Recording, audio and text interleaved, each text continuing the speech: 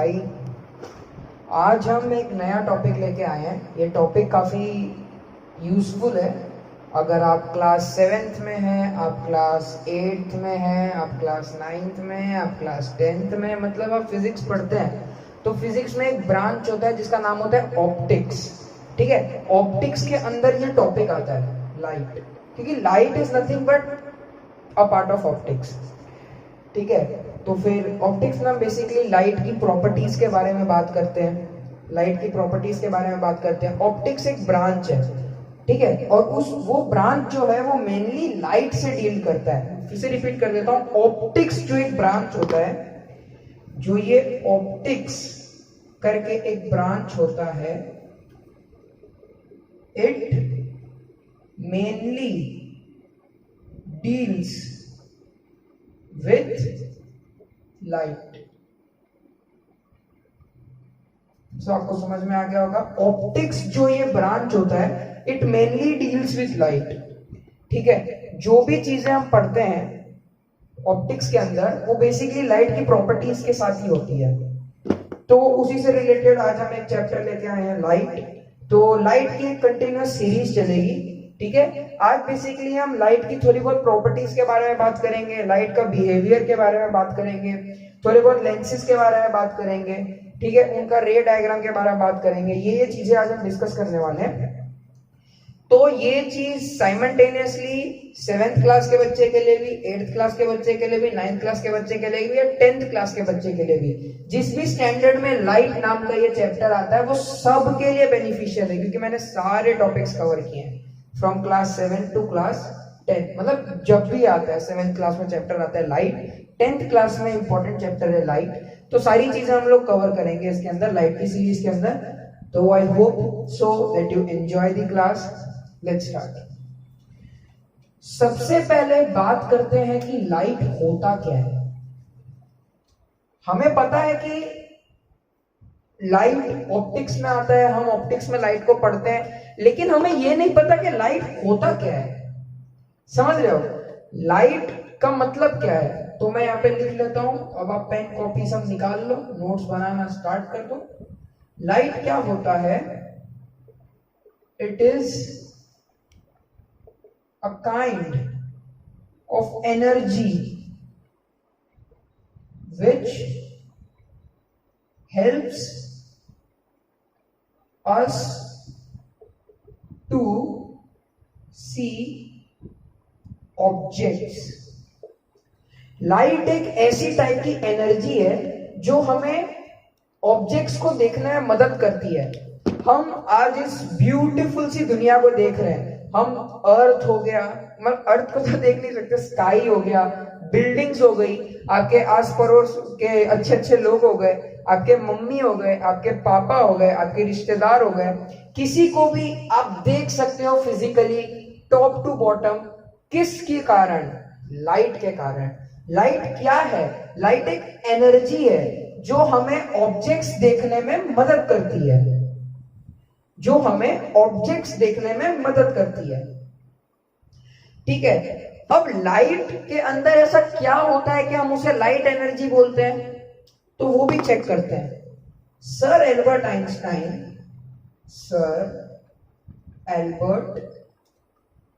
Einstein stated that nothing can travel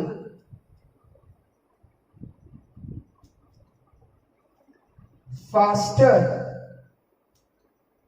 than the speed of light. ये Einstein की एक theory of relativity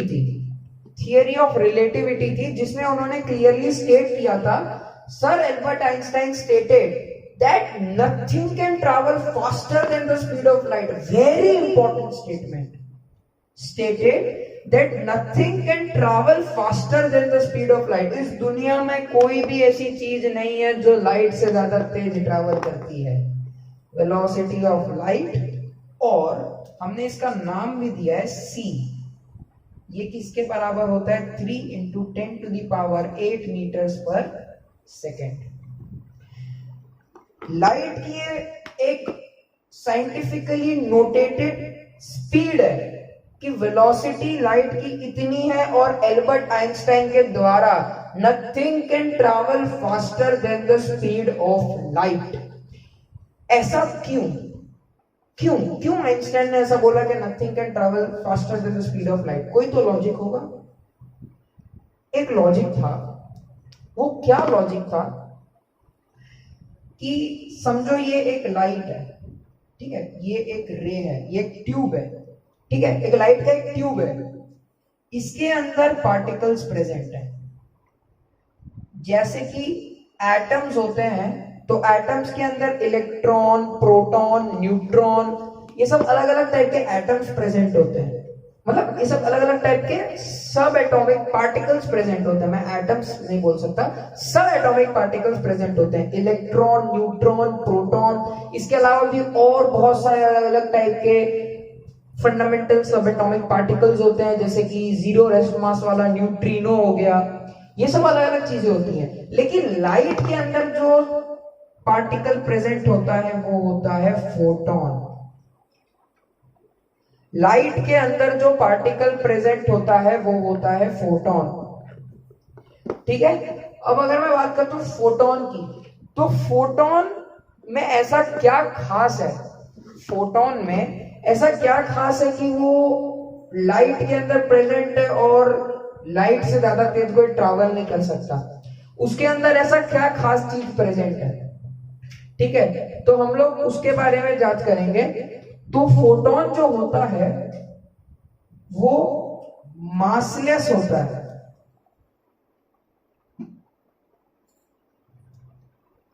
photon जो होता है वो मासलेस होता है। तो फोटोन के अंदर मास प्रेजेंट नहीं होता। ठीक है, इसका मतलब ये होता है कि जो लाइट एनर्जी होती है, एक इक्वेशन आपने जाना होगा, E equals mc²। E equals mc²। ठीक है, यहां पे जो E है वो एनर्जी है, m जो है वो है मास, और c जो है वो मैंने बता दिया वेलोसिटी ऑफ लाइट। ठीक है, तो अगर मैं यहाँ पे ऊपर से थोड़ा सा रब कर दूं इसको, लाइट की डेफिनेशन को, तो हम समझ सकते हैं इस इक्वेशन को थोड़ी गहराई में। ठीक है, नोट्स बनाना स्टार्ट कर देना, पहले बोल देता हूं। तो यहाँ पे c² किसके बराबर हो जाएगा? E/m के। मैंने मास को यहाँ भेज दिया, तो E/m के बराबर c² हो जाएगा। c यहाँ पे क्या हो जाएगा फिर? √E/m। इससे मैं क्या कंक्लूड कर सकता हूं? मैं कुछ तो कंक्लूड कर सकता हूं इससे कुछ तो कंक्लूड कर सकता हूं। इससे मैं ये चीज कंक्लूड कर सकता हूं कि जितना ज्यादा मास होगा, लाइट की स्पीड उतनी ही कम होगी। लेकिन फोटोन के केस में वो एक मासलेस पार्टिकल है, इस वजह से जो स्पीड ऑफ लाइट होगी वो बढ़ जाएगी, क्योंकि इसमें तो मास ही नहीं है, यानी मास है ही नहीं, तो स्पीड ऑफ लाइट पे कोई डिफरेंस आएगा नहीं, स्पीड ऑफ लाइट बढ़ जाएगी।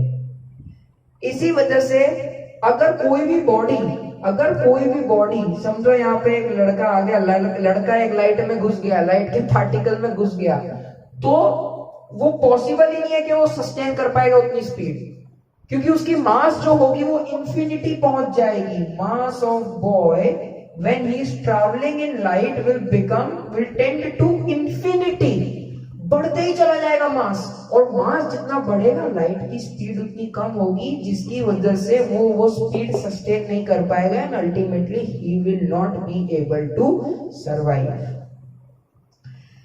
तो बहुत ही अच्छी थियरी इन्होंने दी थी।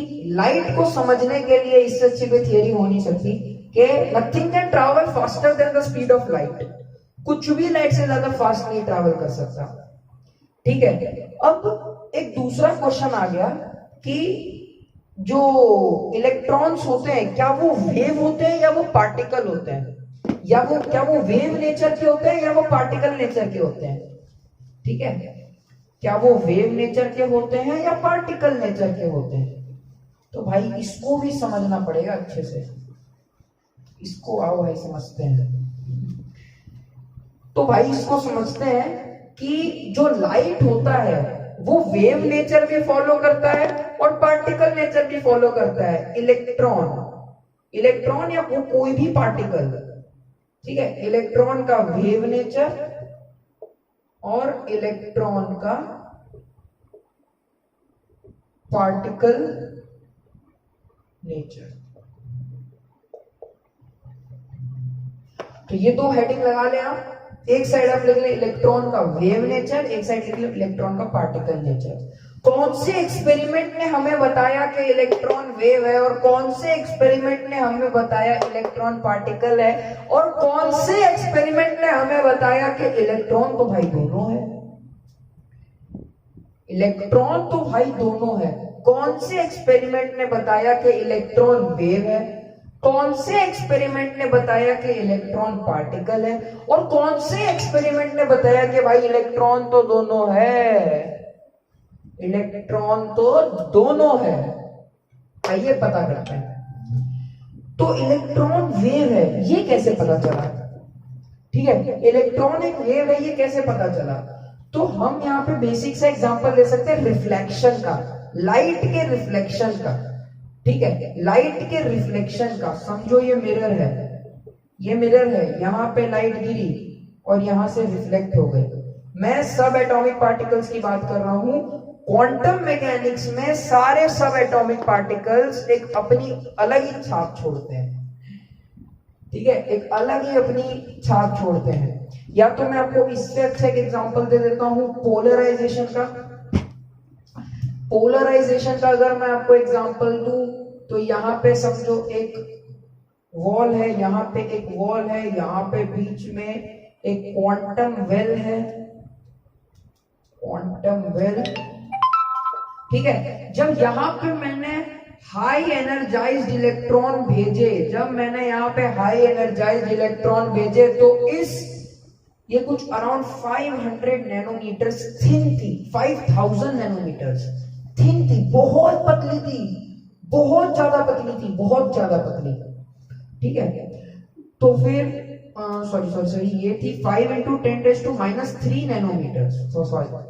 ठीक है, तो जब इलेक्ट्रॉन्स इस वॉल से गुजरे और जब क्वांटम वेल में गए तो ये high energised electron quantum well में बस गए, इस वजह से यहां से वेव एमिट हुआ, यहां से वेव एमिट हुआ ऑफ स्पेशल फ्रीक्वेंसी। फिर रिपीट कर देता हूं, जब क्वांटम वेल यहां बीच में रख दिया मैंने, यहां पे 5 × 10⁻³ नैनोमीटर, 5 × 10⁻³ नैनोमीटर की दो शीटें थी, दो शीटें थी। जब मैंने इलेक्ट्रॉन को पास किया, वेल मतलब इलेक्ट्रॉन को जब इस वॉल से पास किया और जब इलेक्ट्रॉन क्वांटम वेल में पहुंचे तो जो क्वांटम वेल था उसने इलेक्ट्रॉन को ट्रैप कर लिया और एनर्जी वेव के फॉर्म में रिलीज हुई। इसका मैं एक और एग्जांपल ले लेता हूं कि नील्स बोर का जो हाइड्रोजन स्पेक्ट्रम होता है अलग अलग लेवल्स पे, ठीक है, तो उसमें भी ये बोला जाता है कि अगर ये ऑर्बिट्स हैं, ठीक है, यहां पे एक इलेक्ट्रॉन घूम रहा है, यहां पे एक इलेक्ट्रॉन घूम रहा है, जब ये वाला इलेक्ट्रॉन, यहां पे भी एक इलेक्ट्रॉन घूम रहा है, जब ये वाला इलेक्ट्रॉन ये इलेक्ट्रॉन पे जाएगा और ये इलेक्ट्रॉन पे जाएगा तो ये अपनी एनर्जी गेन करके पास करेगा, ये एनर्जी लेगा तभी तो आगे बढ़ेगा ना। अगर एक ऑर्बिट से हायर ऑर्बिट पे जाना है, कि समझो एक एग्जांपल देता हूं, तुम यहां पे खड़े हो, ठीक है, तुम यहां पे खड़े हो, ठीक है, तुम्हें पहली सीढ़ी चढ़नी है, फिर दूसरी सीढ़ी, फिर तीसरी सीढ़ी। तो पहली सीढ़ी चढ़ने में तुमको कुछ एनर्जी लगेगा ना, तुम कुछ वर्क डन करोगे, पहली सीढ़ी चढ़ने में, फिर दूसरी सीढ़ी में चढ़ोगे, फिर तीसरी सीढ़ी में चढ़ोगे। ओवरऑल तुम्हें एनर्जी ज्यादा चाहिए होगी ना तीसरी सीढ़ी तक पहुंचने के लिए। इलेक्ट्रॉन्स के साथ भी वही है, वो एनर्जी गेन करके यहां से यहां पहुंचेंगे, यहां से यहां पहुंचेंगे, और जब वो एनर्जी रिलीज करेंगे तो वो भी वेव के फॉर्म में होगा, वो भी वेव के फॉर्म में होगा, जिसकी वजह से वो फिर से यहां पे आ जाएंगे। इस फेनोमेनन को हम बोलते हैं क्वांटम लीप। इसका एक फेमस फॉर्मूला भी बन जाता है कि E=hf। ये बोहर का मतलब बोहर के एटॉमिक मॉडल में ये यहाँ पे प्लैंक्स कांस्टेंट है, ये यहाँ पे फ्रीक्वेंसी है, ये यहाँ पे एनर्जी है। भाई इंट्रोडक्शन है, अभी तो स्टार्ट हुआ है, बस अभी मजे लो। बोला ना बहुत तगड़ा लेक्चर होगा, बहुत तगड़ा लेक्चर, सारी चीजें कवर हो जाएंगी। इलेक्ट्रॉन पार्टिकल नेचर, ये कैसे पता चला? तो ये एक फिनोमिनन थी डिफ्लेक्शन। डिफ्लेक्शन, यहां पे एक बेल लाइक सब्सटेंस, यहां पे एक बेल था, यहां पे इस तरीके से एक बेल था, इस तरीके से एक बेल था, ठीक है। यहां पे जैसे ही मैंने इलेक्ट्रॉन की वेव को शूट किया, तो मैंने देखा कि ये इरेगुलरली डिफ्लेक्ट हो रहे हैं अलग अलग एंगल पे, ये थीटा, ये थीटा, ये थीटा, जिसकी वजह से ये पार्टिकल्स जो थे अलग अलग डायरेक्शन में एमिट हो रहे थे, जिससे हमें पता चला कि इलेक्ट्रॉन तो भाई पार्टिकल है, इलेक्ट्रॉन तो भाई पार्टिकल है। When the wave of electron was shot to the top part of the beam, then it deflected at different angles, through which the scientists concluded that electron is having a particle nature. जब electron को shoot किया, जब electron को deflect किया, तो देखा वो अलग अलग डायरेक्शन में जा रहा था, जिसकी वजह से हमने कंक्लूड किया पार्टिकल नेचर था। पहले पार्टिकल नेचर आया, ये बात ध्यान रखना, सबसे पहले पार्टिकल नेचर आया था, फिर वेव नेचर आया था। और इसके बाद क्या आया? इसके बाद आया कि भाई साहब रुको रुको रुको रुको, इलेक्ट्रॉन तो वेव भी है, इलेक्ट्रॉन तो पार्टिकल भी है, electron is wave particle dualism. ये कैसे पता चला? चेक करते हैं, आ जाओ। ये कैसे पता चला कि इलेक्ट्रॉन वेव भी है, इलेक्ट्रॉन पार्टिकल भी है? इलेक्ट्रॉन दोनों चीजें फॉलो करता है, because electron is wave particle dualism. Electron के पास वेव नेचर भी है, पार्टिकल नेचर भी है। कैसे प्रूफ करते हैं? तो एक एक्सपेरिमेंट आया, यंग्स डबल स्लिट एक्सपेरिमेंट। बहुत ही ज्यादा खूबसूरत सा ये एक्सपेरिमेंट हमारे पास आया। इस एक्सपेरिमेंट का मैं आपको डायग्राम के थ्रू समझा देता हूं। क्या किया उसने, यहां पे एक गन ले ली, इलेक्ट्रॉन वाली गन ले ली, यहां पे एक स्लिट रखा, यहां पे एक स्लिट रखा, ये स्लिट में 2 छेद रख दिए, ठीक है, और यहां पे एक स्क्रीन रख दिया। देखा कि जब मैं इलेक्ट्रॉन्स को शूट कर रहा हूं, ये इलेक्ट्रॉन्स हैं भाई, जब मैं इलेक्ट्रॉन्स को शूट कर रहा हूं तो मैं देख रहा हूं कि यहां पे तो भाई वेव नेचर का इंटरफेरेंस नजर आ रहा है। ये कैसे, ऐसा कैसे हो गया? तो इसकी 2 प्रोबेबिलिटी निकली। पहली प्रोबेबिलिटी निकली कि या तो इलेक्ट्रॉन यहां पहुंच के यहां से भी जा रहा है और यहां से भी जा रहा है, यानी एक इलेक्ट्रॉन स्लिट के पास पहुंच के 2 में बट जा रहा है, एक इलेक्ट्रॉन स्लिट में पहुंच के 2 में बट जा रहा है। और दूसरी प्रोबेबिलिटी क्या निकली कि इलेक्ट्रॉन पार्टिकल फॉर्म से स्लिट पास करके वेव नेचर की तरह यहां पे इंटरफेरेंस पैटर्न बना रहा है।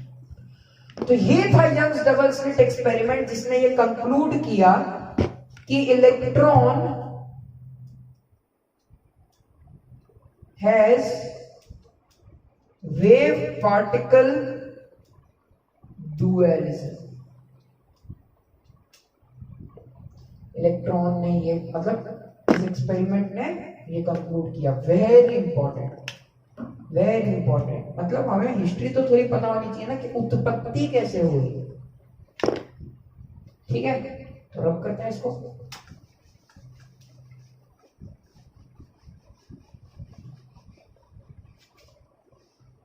चलिए आगे बढ़ते हैं। तो गाइस अब मैं बात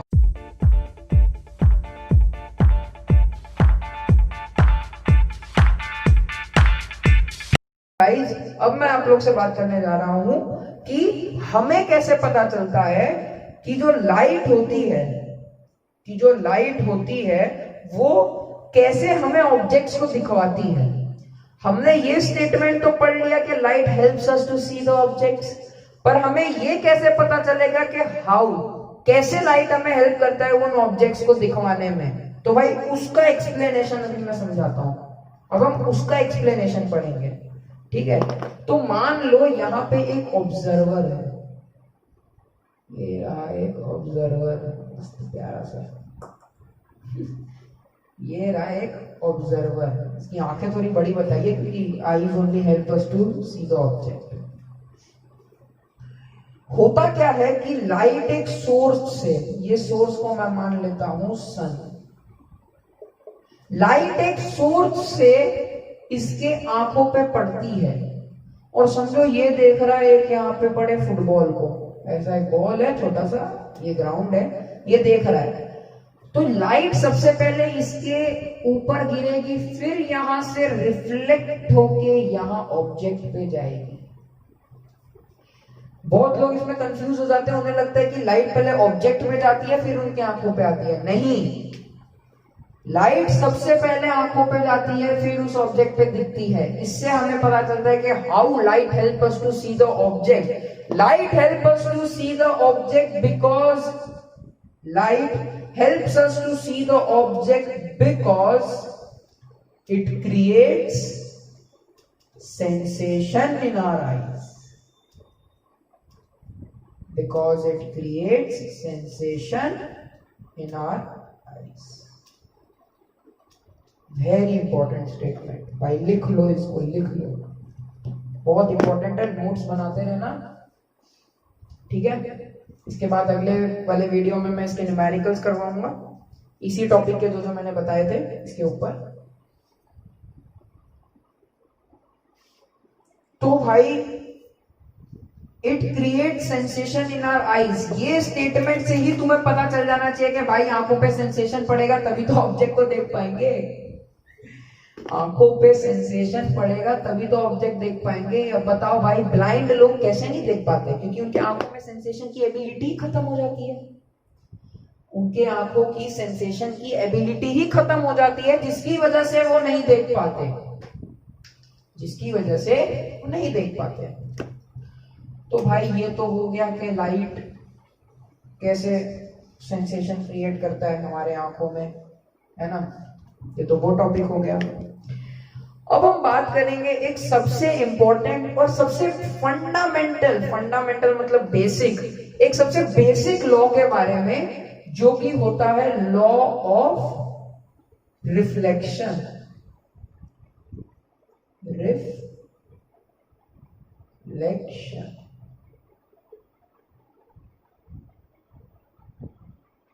लॉ ऑफ रिफ्लेक्शन।